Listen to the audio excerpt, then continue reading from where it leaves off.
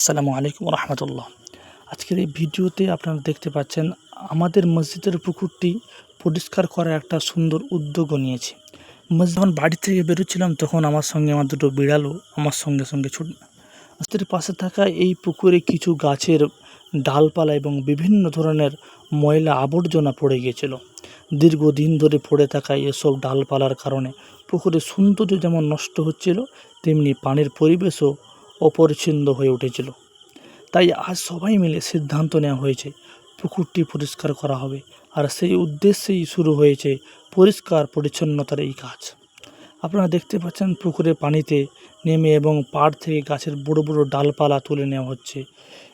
এক একটি ডালপালা হয়তো দেখতে ছোট মনে হতে পারে, কিন্তু সবগুলো একসঙ্গে জমে গেলে পুকুরের পরিবেশ অনেকটাই নোংরা হয়ে যায়। এই কাজ করতে পরিশ্রম হচ্ছে, সময়ও লাগছে, কিন্তু ভালো কাজের জন্য একটু কষ্ট করলে সেই কষ্টের মধ্যেও আনন্দ রয়েছে। আমাদের মসজিদ শুধু নামাজ পড়ার স্থান নয়, মসজিদের আশপাশের পরিবেশও সুন্দর পরিচ্ছন্ন রাখা আমাদের সবার দায়িত্ব। পরিচ্ছন্নতা আমাদের জীবনে একটি গুরুত্বপূর্ণ অংশ।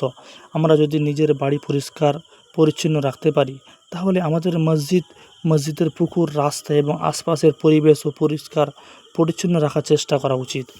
আজ যারা নিজের সময় দিয়ে এই কাজে অংশ নিয়েছেন, প্রত্যেককে আন্তরিক কৃতজ্ঞ জানাই। এর মধ্যে কেউ কেউ রয়েছেন বিভিন্ন কাজে যুক্ত রয়েছেন, আবার কেউ পানিতে নেমে ডালপালা তুলে দিচ্ছেন। সবার সম্মিলিত প্রচেষ্টায় এই কাজটি সুন্দর সম্পূর্ণ হয়েছে। এমন কাজ আমাদের সমাজের অন্য মানুষদেরও উৎসাহিত করে। একজন ভালো কাজ শুরু করলে তাকে দেখে আরও অনেক মানুষ ভালো কাজে এগিয়ে আসতে পারে।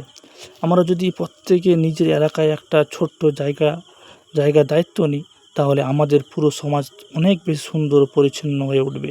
তাই আসুন আমরা সবাই মিলে আমাদের মসজিদকে ভালোবাসি, মসজিদের আশপাশ পরিষ্কার পরিচ্ছন্ন রাখি এবং পরিবেশ সুন্দর রাখার চেষ্টা করি। আজকের এই ছোট্ট উদ্যোগ হয়তো অনেক বড় কোনো কাজ নয়, কিন্তু সমাজের জন্য এর গুরুত্ব অনেক। কারণ পরিবর্তন সবসময় বড় কিছু দিয়ে শুরু হয় না, কখনো কখনো একটা ছোট্ট ভালো কাজ থেকেই শুরু হয়। আল্লাহ তাআলা যারা এই কাজে শ্রম দিয়েছেন, তাদের প্রত্যেকের পরিশ্রম কবুল করুন। আমাদের সবাইকে ভালো কাজে একে অপরকে সহযোগিতা করার তৌফিক দান করুন। আমাদের মসজিদ সুন্দর হোক, মসজিদের পরিবেশ পরিচ্ছন্ন পরিষ্কার থাকুক এবং আমাদের সমাজ ভালো কাজের এই ধারা অবাধ থাকুক। আল্লাহ আমাদের প্রত্যেকে কবুল করুন। প্রিয় দিনদার ভাই বোনরা, ভিডিওটা ভালো লাগলে অবশ্যই সবার সঙ্গে শেয়ার করবেন, যাতে অন্যরাও এমন ভালো কাজে উৎসাহিত হয়।